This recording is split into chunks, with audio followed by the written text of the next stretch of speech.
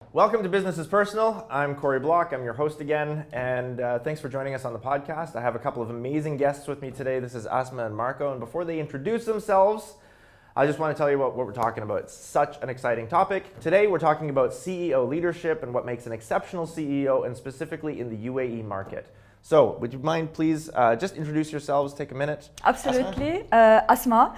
And I am advisor at Duval Union Consulting, where we are helping companies to future-proof their businesses.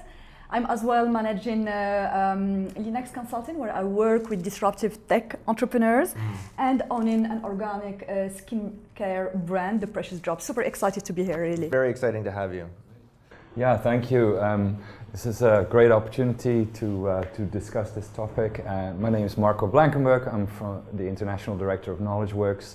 And we are focused on consulting, change management and leadership development, and we have the privilege of doing that all over the world. So I'm very excited to be discussing this Great topic. to have you, great. I've done some work with Knowledgeworkx before in the past, and it was amazing quality stuff. By the way, you should definitely seek these guys out.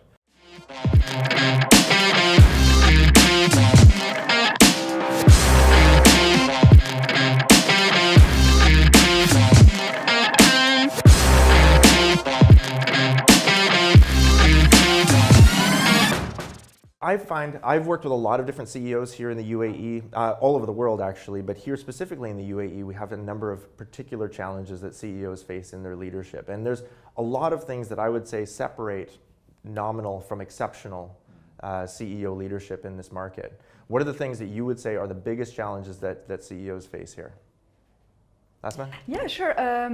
Basically, I mean, you are completely right. You know, we just cannot put this discussion in a worldwide context. But if we really focus on UAE and the region, our region is having its own challenges, its own problem to tackle. And once you are a CEO and have the privilege to lead people, company, you know, we are putting all of this in the context of the UAE. So to go directly to the subject, I really believe that one of the challenges that the CEO are having in the UAE are nothing more than the challenges that any CEO can have when the business, the industries are transforming. The world is transforming super fast. There are a lot of digital, disruption. And the CEOs and the companies here are really starting to really understand that to keep on having a competitive advantage, serve their customer and acquire a new one, they need to deal and stay ahead of the curve and respond well to disruption. So the challenge will be here is how quickly our CEO in the UAE put in place this context and answer to disruption. Wow, very good. Marco, what do you think? Yeah, beyond that, I think there's major challenges just because of the nature of the region that are unique. And I look at two sides to that situation. So on the one hand, you have amazing examples of local brands that are going global, which is in and of itself its own unique challenge to lead those types of organizations. Sure. And then you have an influx of large global brands that see Dubai as a hub and see the UAE as a hub. And as a result of that, you can't copy and paste the leadership that they had back home into the UAE context, and that comes with its own challenges. Sure. So the culture is definitely a big piece of the puzzle here. Because we have a lot of family-owned companies, we have a lot of local ownership and expat CEOs, and that comes with its own communication issues. I think for me, the biggest issues that I see CEOs, or that I hear CEOs facing are, one is talent retention. They just can't seem to retain talent. Like it is all over the world, the average tenure now seems to be about 4 years for people in my generation, and for millennials it's like 2.5 years. That's the average tenure. So they're having to onboard and offboard really exceptional talent very quickly and in short periods of time. And so that's very frustrating, is to try and maintain stability in the organization for a CEO, to try to get enough talent to maintain that kind of stability. And the other thing is information quality. That's a huge challenge for all of the CEOs that I've talked to in the last few years, especially here in the UAE. There's so much information. You know, you have the informal networks within the organization, you have your formal networks outside of the organization, you have your past experiences and your past networks that you're dealing with, and you have the board and their bits of information. Then you have media, and there's just a tremendous amount of media. And so it's very difficult for CEOs to sift through the volume of available information to find out what it is that they actually need. Yeah. So that leads me to my second question for you guys. How does a CEO determine what kinds of inputs they need or what insights they need in order to get a really good perspective on their business? Here in the UAE specifically, where do CEOs go for input? Where do we go for insight? Can I take one step back from that? Sure. Because there's another major issue that is linked to that, and that is that when I talk to the average CEO, and that myself as well, it is so easy to just fill your calendar chock-a-block with stuff that needs to get done. So finding the right information is one thing, but carving out time to think, to process. So once you have that information, most CEOs don't spend time reflecting, studying market trends, studying competition, studying opportunities, etc. Yeah, so sure. That in an office hour, Corrie talks about quadrant 1 time and quadrant 2 time, and most CEOs I talk to, quadrant 2 time is very, very limited. Okay, so what is the practical advice that you give to a CEO in terms of how to carve out their time? I always start with, do you have your secretary or do you block time away? Yeah. And is that coming into the office really early when nobody's there, where you know you won't be disrupted, or is it a late evening where you just step away from things, where you either study, reflect, look at opportunities or challenges you might be facing, and make that a discipline is the first thing. Before you start deciding what to collect and what to do with it. I can't agree more. And really, to your point, we are seeing here in the region and in the UAE different type of companies. Exactly as you said, we are having local groomed company with their own brands, etc. And you are having as well conglomerates and international companies who are coming and who have penetrated the market for a long time and who are coming as well with their own style leadership, their own global strategy. And the CEOs here are having the challenge, or at least the responsibility, to fine-tune this strategy, because you just cannot take what is working, for example, in Europe, France, US, and think that you can leverage this and be ahead of the curve by copy-pasting this strategy. So the CEOs here are finding their own way, their own strategies, customizing it to the real need of the market, to the real need of the customer, with all the challenges that we are having. So this is absolutely one of the things. The second one are companies who are, more being the kind of middleman with different brands abroad. And what is happening here, because we are in a digital world, those companies are being bypassed. So why a company who is having brands internationally will still pass and go through this middleman who have been amazing and doing amazing job, where everything can be done digitally.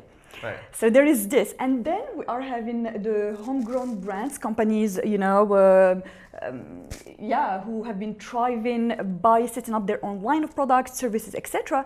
And here the challenge is different. It's really about having this competitive advantage, again, understanding disruption, and yes, taking the time really to step back and think about what needs to be done, and then execute quickly, pivot or change, and move fast. Okay, so I want to make this practical again for our CEOs out there. We have CEOs actually watching this podcast, and I want them to have a practical tool that they can take away from this discussion. So when we talk about the discipline of thinking, there's so much input, there's so much media, and there's so many different sources of information, sources of knowledge that a CEO can go to, and that they're just being bombarded with.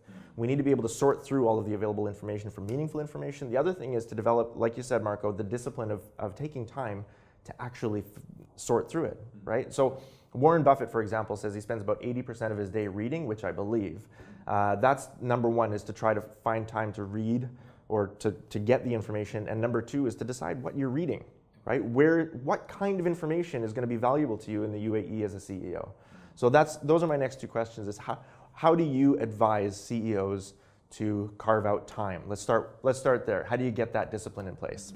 If I may, absolutely. There is time to reflect, but as well, when it comes to CEO and the source of information, we have to be really mindful of what we read, and which kind of data as well we use. Because Yeah, sure. everyone is having, opinions. There are amazing books that probably we can leverage. There are shortcuts to success, Yeah. and it's about leveraging as well the experiences of other amazing CEOs, etc., who are having this kind of knowledge.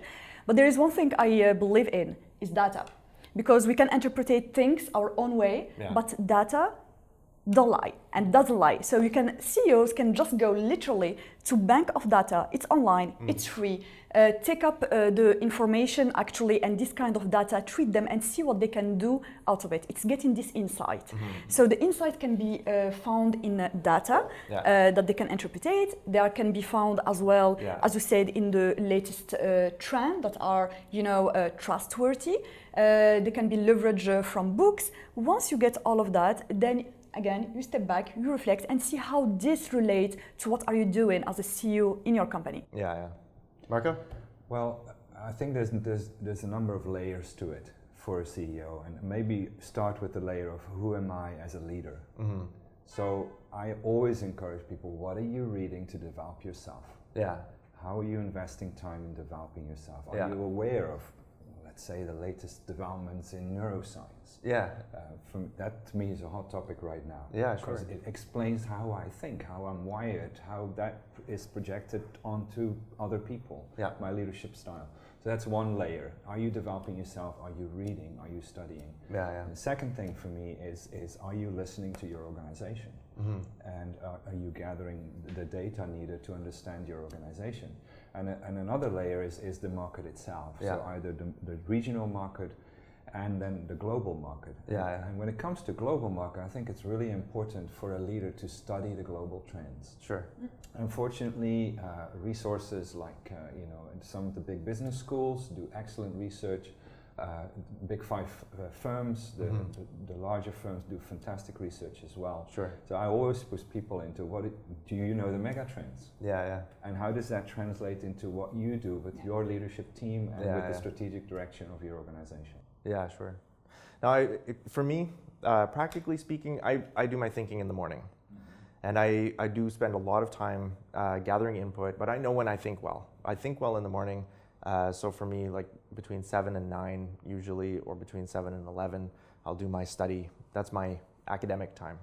So I think it's important for leaders to know when they do their best thinking, and also to be able to just to turn this off. Yes. This is the most horrible thing, because it's addictive, right? I mean, we've all learned a little bit about it. Every time it goes beep, every time you get a little message, it doesn't matter what the content of the message is, you get a hit of dopamine from the fact that somebody liked your video. And so we're addicted to these little things because we actually get an addictive substance released inside our brain. You mentioned neurochemicals, neurosciences. What we need to do is we need to take that same dopamine hit and we need to kill this source of it so that this isn't the source of it, just for a few hours, right? We kill this source, turn it off, give it to your secretary, get rid of it, and then switch the dopamine hit to something else. You also get a dopamine hit from accomplishing something that you set out to do, or for learning something that you can immediately apply. So in those two things, if you put down like a small checklist, I'm going to read this blog, specifically this industry insight blog. I'm going to follow this person on LinkedIn and read whatever they write. And I'm going to go to this website and learn something, right? So if you make a little list and you check yourself off of those lists, you'll get the same hit of dopamine as you would have gotten from your mobile phone. You don't need it. Okay? The other thing is when you're learning something, whether it's from a book or from a newspaper, or from a blog, or from an industry insight website, whenever you learn a new piece of information, that gives you a knowledge edge over your organization, over your competition, then you get that hit of dopamine, right? We're people after all, so let's hack our own brains and figure out how to lead ourselves. And I would add to that, I've used software to make sure that I record it. So I continuously record snippets of what I read, what I learn. Yeah. What do you use? I use OneNote. OneNote. Our yes. company set up on Office 365, Yep. so it's there. Yeah. I have 12 years of history on OneNote. That's amazing. And I can refer back to it because there's so many things that we're bombarded with every day. You know, if we have a phrase that we use, if you think it, ink it. Yeah, sure. Either digitally or in audio or in written format. Yeah. But get yourself a system so you don't lose those nuggets. Yeah, so there's your tip. Put your phone down, get your dopamine hit from pieces of information that you collect, and put it on OneNote. I also use OneNote. It's amazing. Do you use it? No, I use something else, but which is completely fine. But yeah, read books. Yeah. And there is one book actually that I love from Ray Dalio. Okay. It's called Principles. And this guy, who is the CEO, chairman of one of the biggest and most performing hedge fund in the world, basically wrote this kind of principle, basically that rules his own way of working. How to work with his employees, how to build this kind of metrics based on the reliability of his employees. So there is the inside-out work, and then how to tackle the market and literally automate some things, and as well be open. I really recommend our CEOs here to go through it. And as you said, just find the best way, the best channel for for yourself to learn. I personally use a lot of audiobooks. There is no half an hour, for example, driving where I don't put my audiobooks because etc. And for me, I am more, for example, performant at night. So I have almost, the whole day where I can process the information, do stuff, and the night, this is where I am at least kind of doing something completely special based on the data, based on the reading, based on the market. That's good. Yeah, I use Amazon Audible. Yeah. I'm listening to Simply Management by Henry Mintzberg right now. Love it. I've read everything that Henry Mintzberg has ever written. So I love audiobooks too. Great also tip. Use your driving time. Exactly. Yeah. Absolutely. Yeah, I want to add one more thing that I think is really important in the region. Yeah. The whole region is still passing a lot of legislation. Mm-hmm. So keeping an eye on what is being passed and what are the consequences of that new legislation. Sure. What is playing in the market, both between the countries in the region as well as in the UAE. And it's not always good enough to just focus on what's being said in the newspapers. So you have to go behind the news, and I've collected my own sources of people that are willing to share more intimate information. And as a CEO, I think you need to find those. Find those sources that are saying more than the basic message in the newspapers. Because it has a huge impact on your strategy and your tactical implementation. That's right. There's a huge number of CEOs in the UAE that don't understand the implications of the 2015 companies law. There's a huge number of CEOs that don't really understand the implications of VAT. And don't know how to bring their companies up to speed. So they were just caught, they were just caught by this huge wave. And when I think about what CEOs are dealing with in this region, especially in this market, it's easy for us to come up with maybe a hit list of skills and abilities that CEOs need here, maybe more than anywhere else. So that leads me to my next question: is what do you think? What in terms of skills and abilities, capacities? What do you think CEOs are lacking here in the UAE that they really, really need to develop? Where can we add value to CEOs? That's a tough one. One of the people that I work with, he did a PhD on global leadership recently, and he found that globally there's a lot of voices saying, "Oh, as a global leader," which I would say most CEOs in the UAE would be considered global leaders. You need to know this, and you need to have this competency and this skill. He documented over 160 recommended competencies and skills that global CEOs need to have from many sources across the world. So it's probably one of the most discussed topics in leadership at the moment. How to be a global CEO, how to deal with the complexity of our world. And we've tried to distill it down to a simpler grid. So what I say to myself, and I've challenged myself with this, is how skillful am I at perceiving the world around me? So how do I look at this conversation, me in this conversation? Am I mindful of what's really happening here between us? Can I read between the lines? Which leads to the second one. How good am I at self-managing? Good. In front of a group of colleagues in the boardroom, but off the field as well, you know. Yeah, sure. In sports, they always say, you know, performance off the field, performance off the field. Yeah. That's so true for CEOs today. Yeah, that's right. So my self-management, and then the third one is about relationship management.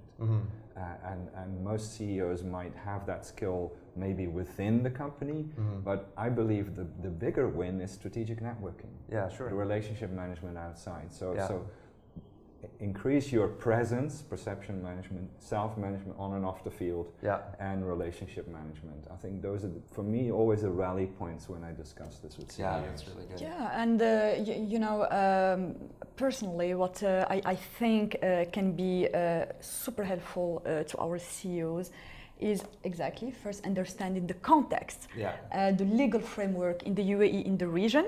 Absolutely, be super aware. Talk to industry leaders, even in the industry where you are not operating in. Because this is where you know, the intersection of industry can give tremendous insight, even for the CEO to consider new paths, new bold moves, fine-tune their own strategy, but as well, you know, not be stuck and not be complacent. Because that's the thing here, we are having amazing company who have been doing great for such a long time. So the trap is to be in this complacent mode and thinking that things will still go well. Well, no, if you do not act on it, you may be disrupted, really. The second, for me, skill a CEO needs is the agility. Himself, the agility of his team, how quickly he can react, listen, implement, and dare to fail, dare to go into, you know, uncomfortable places and be in the forefront. You know, it's not about a CEO coming and you know, talking when everything goes well. It's as well having the strength, being brave enough, where you can say things are not going okay, but here is what we are doing. And there is one example, the CEO, for example, of Shaloub Group. I don't know if you followed what he's been doing. Amazing. Really, like, this is the guy who came in front of the camera and he wrote it, etc., and said the industry is changing. It's not about crisis, it's that the world is changing, UAE is changing, etc. We are struggling to find our new balance, and this is what we are doing. We went into a kind of, I don't like the way restructuring, but more, you know, transforming the way we are working, upgrading our company, understanding the trends, understanding the legal framework, and going into a transformation in a digital world. Really, this is super important, and being fast.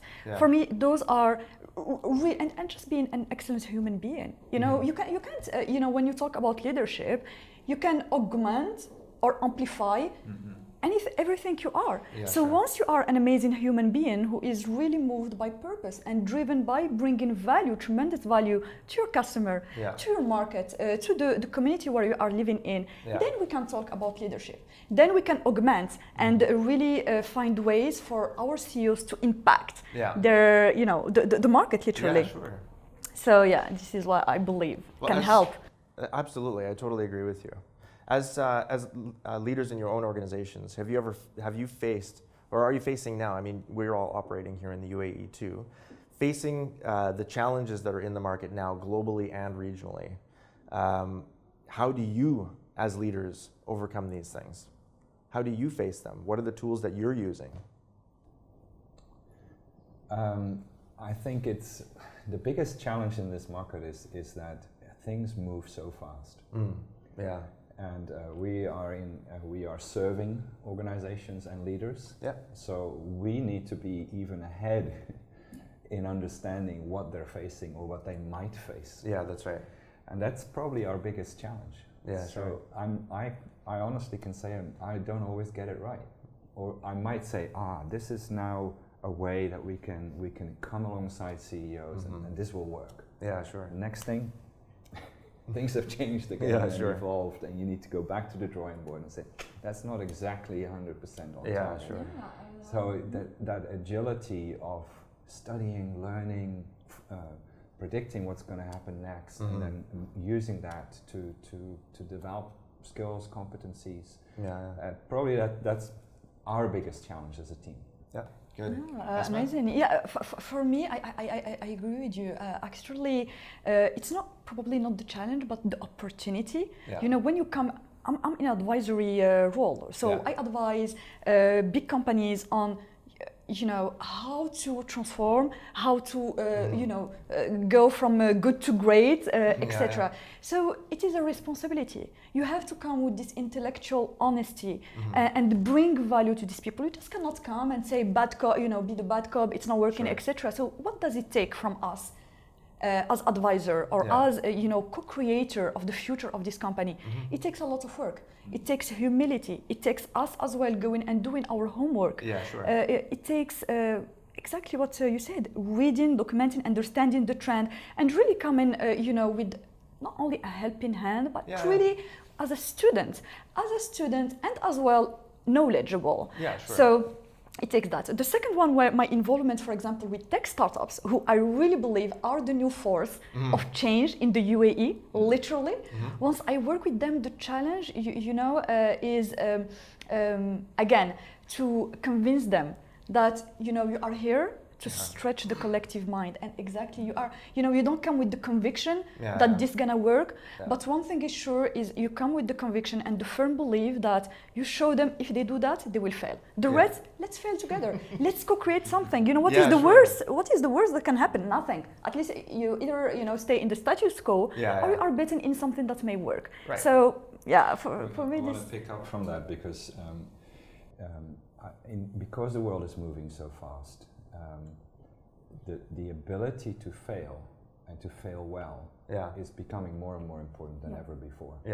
So you might have seen things on the iterative design process. So a good design process never gets it perfect the first round. That's right. And CEOs need to learn. I had a meeting in China with a bunch of CEOs. And I asked them, what is one of the core leadership skills that you've developed as a global leader? And I was really surprised. Several said, one thing we had to learn was to be forgiving and forgivable. I said, what do you mean? Sounds really fluffy. And they said, no, the world is moving so fast. We have so many things that are on our radar. If we make a mistake, we have to forgive, learn, and move on. And they also said, we can't fret over mistakes that we've made. We just have to use them as a stepping stone into the future. And I thought that was so refreshing to hear that from a bunch of CEOs. So being able to learn very fast and creating an environment where mistakes are, if they're safe, they're okay to make because they're stepping stones into the future. Well, the fear is the ready, fire, aim. Right? Is we're going to get it wrong because we're going to shoot before we know what we're shooting at. When actually the world is, the way that it really operates in the iterative approach is it's ready, accelerate, steer, right? So you have to put your foot on the gas and then, get your focus to where you're going. But you have to already be moving. You have to be executing at the time when you're steering. For me, I think dealing with challenges, especially now, has everything to do with who's around you. Nobody's omni-gifted, right? Nobody's omni-talented. There's no CEO out there that can perfectly lead any organization anywhere in the world. Leadership has become a team sport. That's exactly right. If they haven't discovered it yet, it really is a team sport. I'm a big fan of Gallup and Clifton Strengths. I love strengths-based coaching. I love strengths-based leadership. Look that up. If you haven't looked that up, go and get your strengths-based assessment done. But figuring out what you're really good at, and then surrounding yourself with people who are really good at what you're not good at. So making sure that you're leading through community rather than just from your chair at your big man desk, right? You know what I mean? Totally agree. So that kind of autocracy is never going to play out anymore in the world. There's just too much complexity.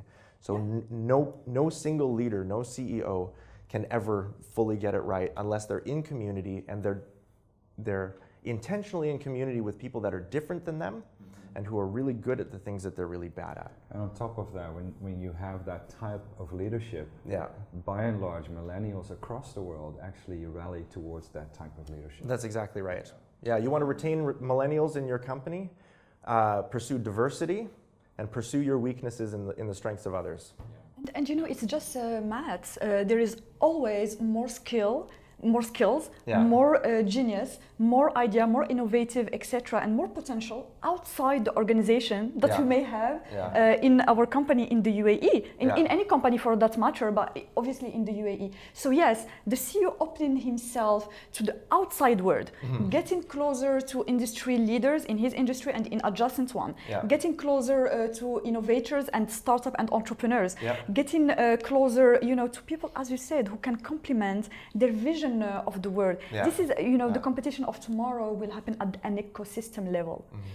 It's not anymore, at a company level. Yeah, please go. I think there's also another conversation that needs to happen before that. Yeah. And I've had the privilege of taking people through that many times, because if you have an intercultural team, it can be pretty scary to admit your weaknesses. Yeah, sure. So you're talking about strengths finders. Yeah. But strengths finders has a flip side. Once I find my strengths, I also find what I'm not good at. Yeah, that's right. So the dilemma is, on our leadership team, is it safe to have a conversation around that? So I really want to encourage CEOs to create that environment, because only then will you say, how do we create a team where we prop each other up, where we become each other's strength?